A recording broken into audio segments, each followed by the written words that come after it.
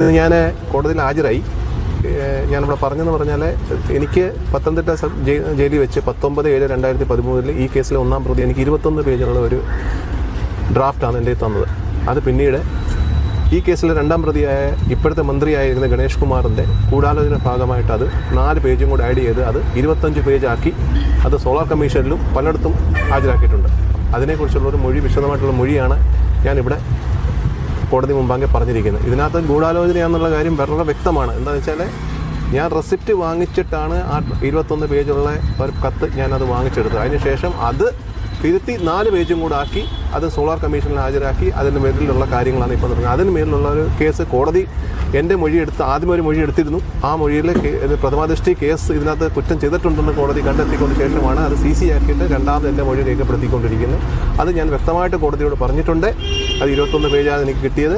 അത് ബാക്കി 4 പേജും കൂടെ ആഡ് ചെയ്ത് 25 പേജ് ഉണ്ടാക്കി നമ്മുടെ മുൻ മുഖ്യമന്ത്രി ഉമ്മൻചാണ്ടി സാറിൻ്റെ പേര് മനഃപൂർവ്വം അതിനകത്ത് ആഡ് ചെയ്ത് പല UDF നേതാക്കന്മാരുടെ പേരും അതിനകത്ത് ആഡ് ചെയ്തുകൊണ്ട് അത് കൊടുത്തിരിക്കുന്നു.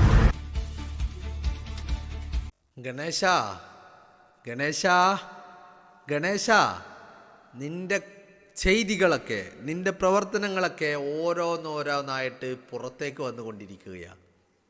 ആ മഹാമനുഷ്യനോട് എന്തിനിത്ര ക്രൂരത കാണിച്ചോടോ ഗണേശ? എന്തിനിത്ര ക്രൂരത ആ മഹാമനുഷ്യനോട് കാണിച്ചു? നിനക്ക് നിന്നെ മന്ത്രിസ്ഥാനത്ത് നിന്ന് പുറത്താക്കിയതിന്, നിന്നോട് രാജിവെക്കാൻ പറഞ്ഞതിന്, നിന്റെ മന്ത്രിസ്ഥാനത്തും നഷ്ടപ്പെട്ടതിന് നിനക്ക് പകയുണ്ടായിരുന്നുവെങ്കിൽ, നിനക്ക് വിദ്വേഷമുണ്ടായിരുന്നുവെങ്കിൽ, നിനക്ക് വൈരാഗ്യമുണ്ടായിരുന്നുവെങ്കിൽ കോൺഗ്രസിൻ്റെ ബാക്കിയുള്ള നേതാക്കന്മാരോടൊക്കെ അത് നിനക്ക് കാണിക്കാമായിരുന്നു. പക്ഷേ ഉമ്മൻചാണ്ടി അങ്ങനെയല്ലല്ലോ ഗണേശ നിന്നോട് പെരുമാറിയിട്ടുള്ളത്. നിനക്ക് വേണ്ടി ആ മനുഷ്യൻ എത്രമാത്രം കഷ്ടപ്പെട്ടിട്ടുണ്ട്, നിനക്ക് വേണ്ടി എന്തൊക്കെ ആ മനുഷ്യൻ സഹിച്ചിട്ടുണ്ട്, നിനക്ക് വേണ്ടി എന്തൊക്കെ ആ മനുഷ്യൻ ചെയ്തു തന്നിട്ടുണ്ട്.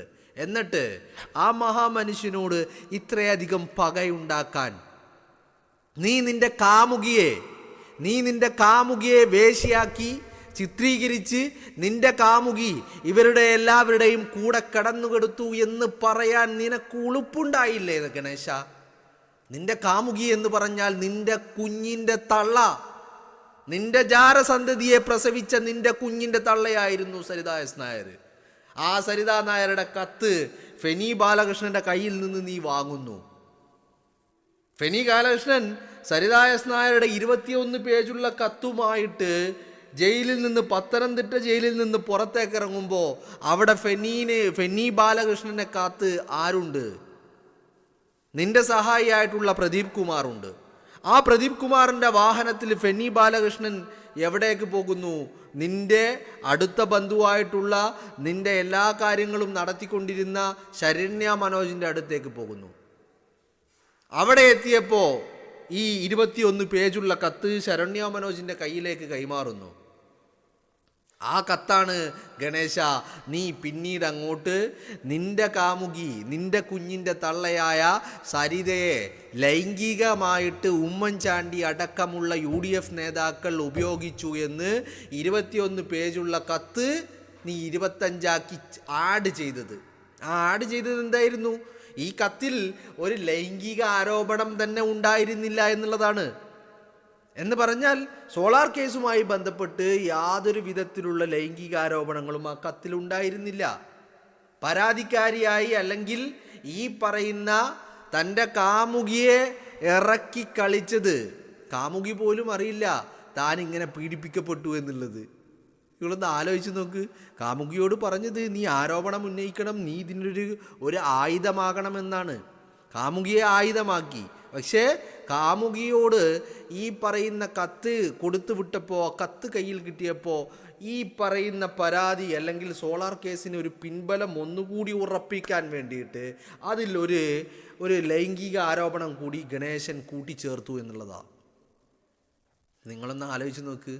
വെറുതെയല്ല അന്ന് തന്ത ബാലകൃഷ്ണപിള്ള പറഞ്ഞത്, എനിക്കെൻ്റെ ഭാര്യയെ വിശ്വാസമുള്ളത് കൊണ്ട് മാത്രം അവൻ്റെ പിതൃത്വത്തിൽ എനിക്ക് സംശയമില്ല എന്ന് പറഞ്ഞാൽ സ്വന്തം തന്തക്ക് തള്ളിപ്പറയേണ്ടി വന്ന ഗതികേടുണ്ടായിരുന്നത് ഇവൻ്റെ കയ്യിലിരിപ്പുകാരനാണ്. ആ ഗണേശൻ ഈ 21 പേജുള്ള കത്ത് ശരണ്യ മനോജിൻ്റെ കയ്യിൽ ഫെന്നി ബാലകൃഷ്ണൻ കൊണ്ടുവന്ന് ഫെലി ബാലകൃഷ്ണനെ വണ്ടി ഓടിച്ച് കൊണ്ടുവന്നത് പ്രദീപ് കുമാർ കൊണ്ടുവന്ന് കൊടുക്കുമ്പോൾ 21 പേജുണ്ടായ കത്ത്, ലൈംഗിക ആരോപണം, ലൈംഗികമായിട്ടുള്ള യാതൊരുവിധ പരാമർശങ്ങളോ ആരോപണങ്ങളോ ഇല്ലാത്ത കത്ത് 25 പേജാകുന്നു എന്ന് മാത്രമല്ല, ഉമ്മൻചാണ്ടിയെ പോലെയുള്ള ഒരു മഹാമനുഷ്യൻ തന്നെ പീഡിപ്പിച്ചു എന്ന് അതിൽ എഴുതി ചേർക്കപ്പെടുന്നു. ഇതിലെന്താ കാര്യം? പീഡിപ്പിക്കപ്പെട്ടു എന്ന് പറയുന്ന സരിതാ നായരോ, ഈ സരിതാ നായർ ഈ കാര്യം താൻ പീഡിപ്പിക്കപ്പെട്ടു എന്നുള്ള കാര്യം അറിഞ്ഞിട്ടില്ല എന്നുള്ളതാണ്. അപ്പം നിങ്ങളൊന്ന് ആലോചിച്ച് നോക്ക്, ഇത് എപ്പോഴാണ്? 2013 ഈ കത്ത് പുറത്തു വരുന്നത്. 2013 സരിതാ എസ് നായർക്ക് മുന്നിലുണ്ടായ ഓഫർ എന്തായിരുന്നു? ഞാൻ നിന്നെ വിവാഹം കഴിക്കാം എന്ന് ആര് ഓഫർ വെച്ചു? ഈ പറയുന്ന KB ഗണേഷ് കുമാർ എന്ന് പറയുന്ന ഈ കൂട്ടിക്കൊടുപ്പുകാരൻ, ഈ തന്തയില്ലാത്തവൻ. അതിനു മുൻപ് സരിതാ എസ് നായർ എന്ത് ചെയ്തിട്ടുണ്ട്? സരിതാ എസ് നായർ എന്തായിട്ടുണ്ട്? ഈ പറയുന്ന ഗണേശന്റെ കുഞ്ഞിന് ജന്മം നൽകിയിട്ടുണ്ട്. 2013 ജയിലിൽ കിടക്കുമ്പോൾ കുഞ്ഞ് ജനിച്ചിട്ടുണ്ട്, അതിന് മുൻപ് ജനിച്ചിട്ടുണ്ട്. ആ അവസരത്തിലാണ് യാമിനി തങ്കച്ചിയുമായിട്ടുള്ള ഡിവോഴ്സ് ഉണ്ടാകുന്നത് 2013. ഈ 2013 ഡിവോഴ്സ് ഉണ്ടാകുന്നു. ഡിവോഴ്സ് ഉണ്ടാകുന്നതിന് മുമ്പ് 2005 നിന്ന് തുടങ്ങി സരിതയുമായിട്ടുള്ള ബന്ധം. 2005 മുതൽ തുടങ്ങിയതാ. ആ 2005 മുതൽ തുടങ്ങിയ ബന്ധം 2013 ആകുമ്പോൾ യഥാർത്ഥ ഭാര്യ, ഗണേഷ് കുമാറിൻ്റെ ഭാര്യയായിരുന്ന യാമിനി തങ്കച്ചിയുമായി ഡിവോഴ്സ് ആകുന്നു. അപ്പോഴൊക്കെ പറഞ്ഞുകൊണ്ടിരുന്നത് എന്താ? തന്നെ ഞാൻ വിവാഹം ചെയ്തോളാം എന്ന് ഗണേശൻ പറഞ്ഞു. ഈ വിവാഹ വാഗ്ദാനം നൽകിയിട്ടാണ് തൻ്റെ കാമുകിയെ, എന്ന് പറഞ്ഞാൽ കുഞ്ഞുണ്ടായി വിവാഹം കഴിക്കുമെന്നുള്ള കാര്യം ഉറപ്പായിരുന്നു, അതല്ലെങ്കിലും കാമുകിയായിരുന്നു, വർഷങ്ങളായിട്ടുള്ള അവിഹിതമായിരുന്നു, കാമുകിയായിരുന്നു, കള്ളക്കാമുകിയായിരുന്നു, ഒക്കെ ആയിരുന്നു. അപ്പോൾ അതിങ്ങനെ പോകുമ്പോഴാണ് ഈ കാമുകിയെ, തൻ്റെ കുഞ്ഞിൻ്റെ തള്ളയെ, എന്ന് പറഞ്ഞാൽ ഒരു ഒഫീഷ്യലി മാരീഡ് അല്ല എന്ന് മാത്രമേ ഉള്ളൂ, എന്ന് പറഞ്ഞാൽ സ്വന്തം പെണ്ണിനെ വേശ്യയാക്കി മാറ്റി, അവളെ പരവെടിയാക്കി മാറ്റി ഉമ്മൻചാണ്ടിക്കെതിരെ ഉപയോഗിക്കുന്നത് ഗണേശൻ. ഗണേശൻ്റെ ആ ഒരു മെൻറ്റാലിറ്റി നിങ്ങളൊന്ന് ആലോചിക്കണം. ഏതൊരു മനുഷ്യനും ഒന്നറക്കുന്ന ഏർപ്പാട് ചെയ്യാൻ മടിക്കുന്ന കാര്യം, സ്വന്തം ഭാര്യയെ അല്ലെങ്കിൽ സ്വന്തം കാമുകിയെ വേശ്യയാക്കി, പരവേശ്യയാക്കി, വെടിയാക്കി ചിത്രീകരിച്ച് ഒരു മഹാമനുഷ്യനെതിരെ മുന്നിൽ കൊണ്ടുവന്ന് നിർത്തുക. ഏതെങ്കിലും ഒരുത്തൻ തയ്യാറാവുമോ? അതിനാണ് ഗണേശൻ തയ്യാറായത്. അതാണ് ഞാൻ പറഞ്ഞത്, ആ ഗണേശൻ്റെ ആ മെൻറ്റാലിറ്റി എന്ന് പറഞ്ഞാൽ, ഗണേശൻ്റെ ഉള്ളിൽ 2 കാര്യങ്ങൾ ഉണ്ടായിരുന്നു എന്നുള്ളത് പിന്നീട് നമുക്ക് 2014 ആയപ്പോൾ മനസ്സിലായി. എന്താ? ഒരു വെടിക്ക് 2 പക്ഷി.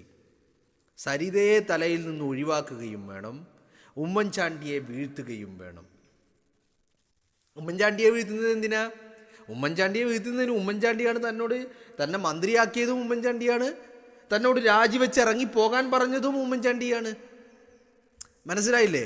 അപ്പോൾ തന്നോട് രാജിവെച്ച് ഇറങ്ങാൻ പറഞ്ഞ ഉമ്മൻചാണ്ടിയെ, തന്നെ മന്ത്രിസ്ഥാനത്ത് നിന്ന് ഇറക്കി വിട്ട ഉമ്മൻചാണ്ടിയോടുള്ള പ്രതികാരമായിരുന്നു ഗണേശൻ ചെയ്തത്.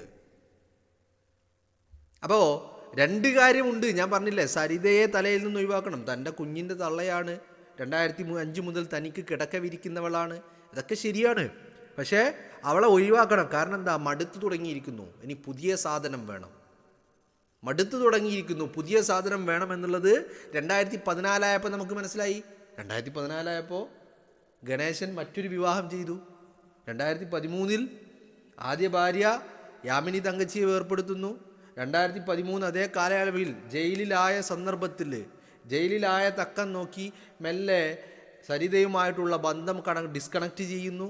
2014 മറ്റൊരു യുവതിയെ, മറ്റൊരു സ്ത്രീയെ ഈ പറയുന്ന ഗണേശൻ വിവാഹം ചെയ്യുന്നു.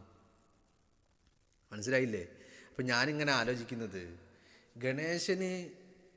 ഗണേശൻ ആരാണ്, ഗണേശൻ എന്താണ് എന്നൊക്കെ ഉള്ളത് നമുക്കെല്ലാവർക്കും അറിയുന്ന കാര്യമാണ് അല്ലേ? ഗണേശൻ ഭൂലോക ഫ്രോഡാണ് എന്നുള്ളത് അറിയാം. ഒരു സ്ത്രീ ലംബടനാണ് എന്നുള്ള കാര്യം നമുക്കറിയാം. വ്യഭിചാരിയാണ് എന്നുള്ള കാര്യം അറിയാം. ഗണേശൻ ഉപയോഗിച്ച് കറിവേപ്പിലെ പോലെ വലിച്ചെറിഞ്ഞ സ്ത്രീകളുടെ എണ്ണം എത്രയുണ്ട് എന്നുള്ളത് നമുക്കറിയാം. എന്നിട്ടും ഗണേശൻ്റെ കയ്യിൽ ദുട്ടുള്ളത് കൊണ്ട് സരിതാ നായരുടെ കഥ അറിയാത്ത ആളല്ല ഈ പറയുന്ന ഗണേശൻ്റെ ഇപ്പോഴത്തെ ഭാര്യ. യാമിനി തങ്കച്ചിയുടെ കഥ അറിയാത്ത ആളല്ല ഇപ്പോഴത്തെ ഭാര്യ. സരിതയെ ഉപയോഗിച്ച് വേണ്ടുവോളം ഉപയോഗിച്ച് യൂസ് ആൻഡ് ത്രോ ചെയ്തതാണ് സരിതയെ എന്നറിയാത്ത ആളല്ല ഇപ്പോഴത്തെ ഭാര്യ. പക്ഷേ 2014 ഗണേശന് വിവാഹം കഴിക്കാൻ ഒരു സ്ത്രീയെ കിട്ടി എന്നുള്ളതാണ് എന്നെ വല്ലാതെ അത്ഭുതപ്പെടുത്തുന്നത്. എന്നിട്ട് ആ ഗണേശൻ 2025 അല്ലെങ്കിൽ 2026 രാഹുൽ മാങ്കൂട്ടത്തിനെതിരെ ഉറഞ്ഞു തുള്ളുന്നു. എന്താണെങ്കിലും ഇന്നിപ്പോൾ ഇങ്ങനെ ഒരു വലിയ വാർത്ത, അതും ഈ പറയുന്ന സരിത എസ് നായരുടെ അഭിഭാഷകനായ ഫെന്നി ബാലകൃഷ്ണൻ ഞെട്ടിക്കുന്ന മൊഴി പത്രങ്ങളിലൂടെ പറയല്ല, ഇത് ആധികാരികമായ മൊഴിയാണ്. ഈ വാർത്ത ആധികാരികമാണ്. കാരണം എന്താ, ഫെന്നി ബാലകൃഷ്ണൻ ഈ പറഞ്ഞ കാര്യങ്ങൾ കോടതിയിൽ പറഞ്ഞിരിക്കുന്ന കാര്യങ്ങളാ, അതല്ലാതെ നമ്മൾ മാധ്യമങ്ങളിൽ പറയുന്ന കാര്യങ്ങൾ. രാഹുൽ മാങ്കൂട്ടത്തിനെതിരെ ഉറഞ്ഞു തുള്ളുകയാണ് ഈ പറയുന്ന ഗണേശൻ എന്ന് പറയുന്നത്. ഇവിടെ ഇത് ആധികാരികമായ വലിയ മൊഴിയാണ്, കോടതിയിൽ പറഞ്ഞ കാര്യങ്ങളാണ്. ഇവിടെയാണ് മറ്റൊരു കാര്യം കൂടി വരുന്നത്. ഇന്നലെ ഗണേശൻ കോടതിയെ സമീപിച്ചിരിക്കുക. എന്താ കോടതിയിൽ പറയുന്നത്? തെരഞ്ഞെടുപ്പ് കഴിയുന്നത് വരെ ഇതിൻ്റെ നടപടിക്രമങ്ങളെ നിർത്തിവെക്കണം. എന്താ കാര്യം? ഗണേശൻ പലതും തിരിച്ചറിയുന്നുണ്ട്. തെരഞ്ഞെടുപ്പ് മുന്നിൽ വരികയാണ്. ഇതൊക്കെ ജനങ്ങളുടെ മുന്നിലേക്ക് എത്തിക്കഴിഞ്ഞാൽ വലിയ പ്രശ്നങ്ങളുണ്ട്.